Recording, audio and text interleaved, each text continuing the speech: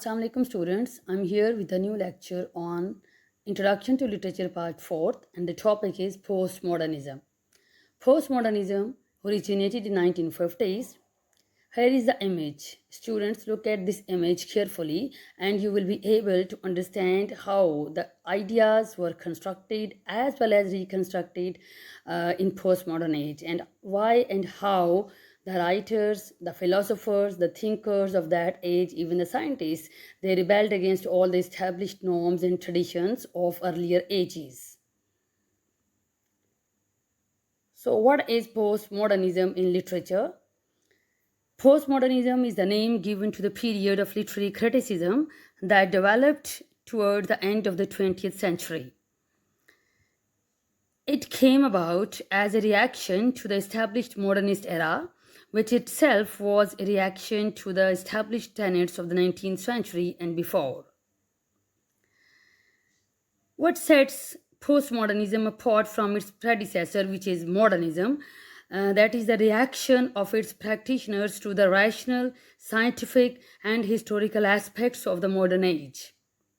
For postmodernists, this took the guise of being self-conscious, experimental, and ironic.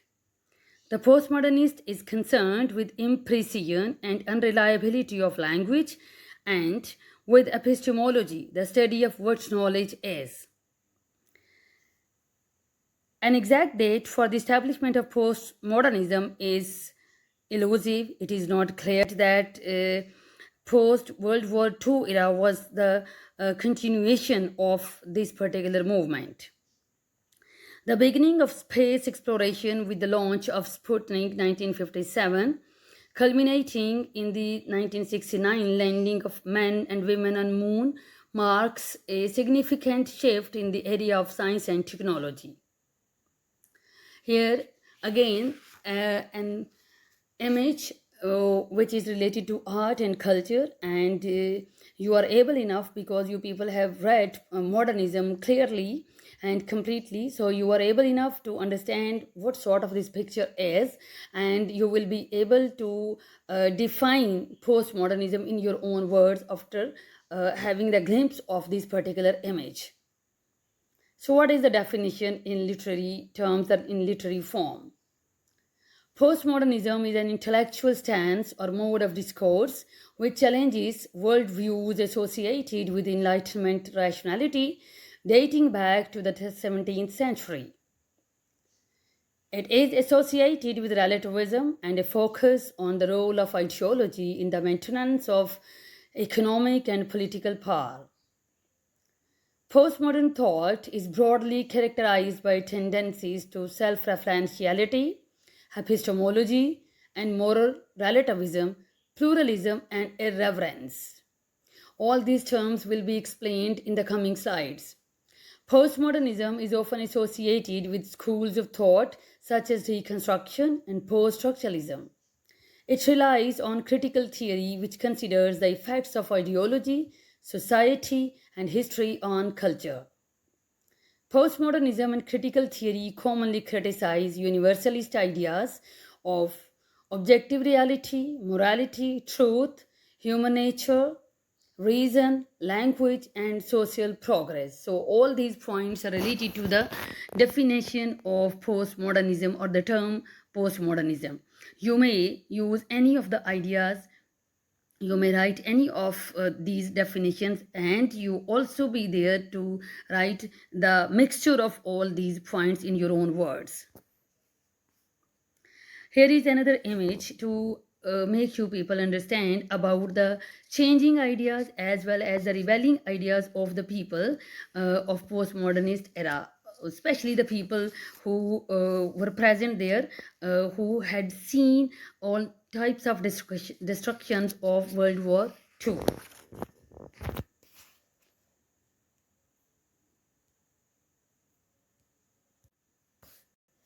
And now the historical context or the proper background of this particular movement. It is an overgrowth of modernism, just as modernism itself was an outgrowth of the Enlightenment project of the 19th century.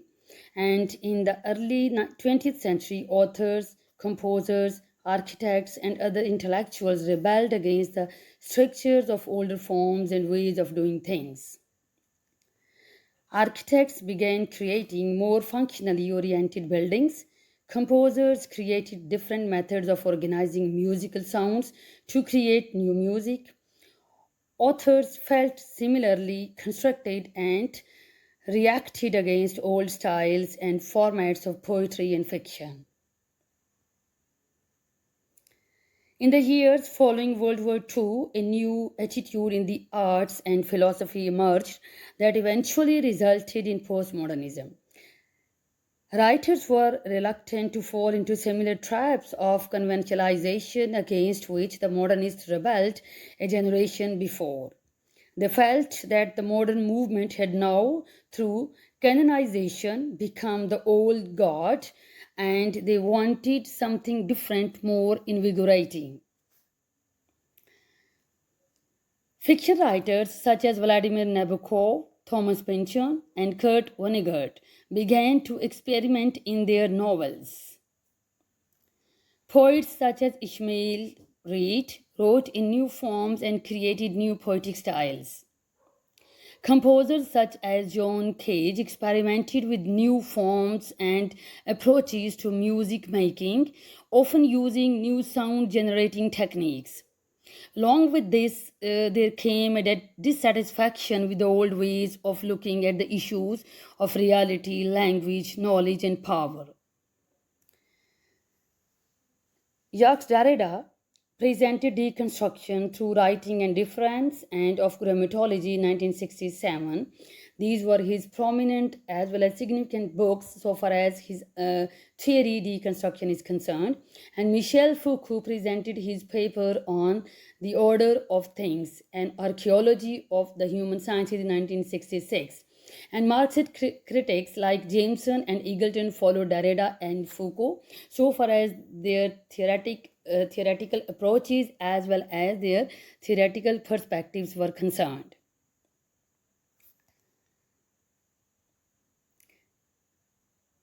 Among those artists who made significant impact on their art from where the Beatles, Jimi Hendrix, and the Rolling Stones came forward to the surface of this particular theory.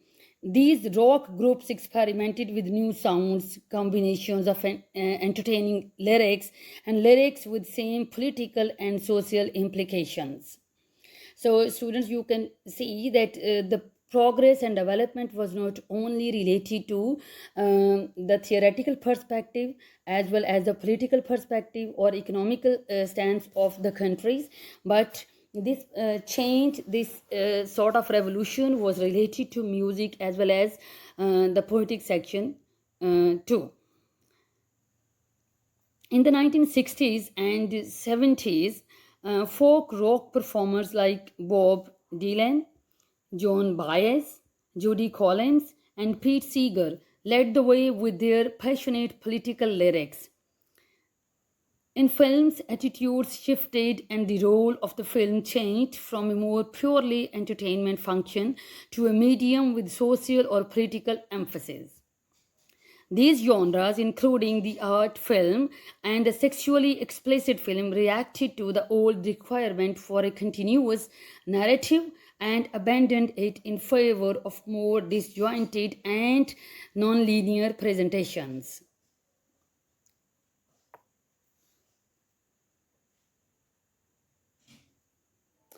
Now, look at this image for a while and try to understand all the ideas which were presented on the previous slide.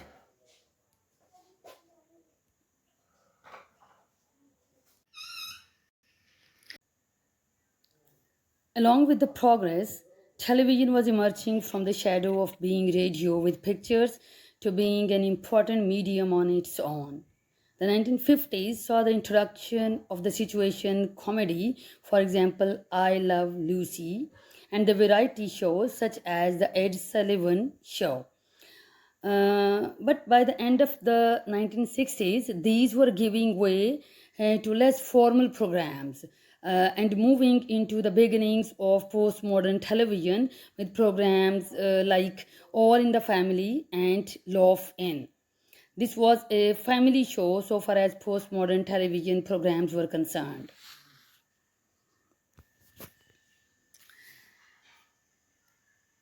And also for the first time, 60 Minutes show, magazine show, was also presented on TV. And this integration in reality and fiction occurred through innovation and introduction of new approaches to old idioms. And you can explain this point in a way that all new approaches to old idioms, there occurred a disintegration, and this was only because of the innovative ideas of the postmodernist researchers, postmodernist theorists, postmodernist philosophers.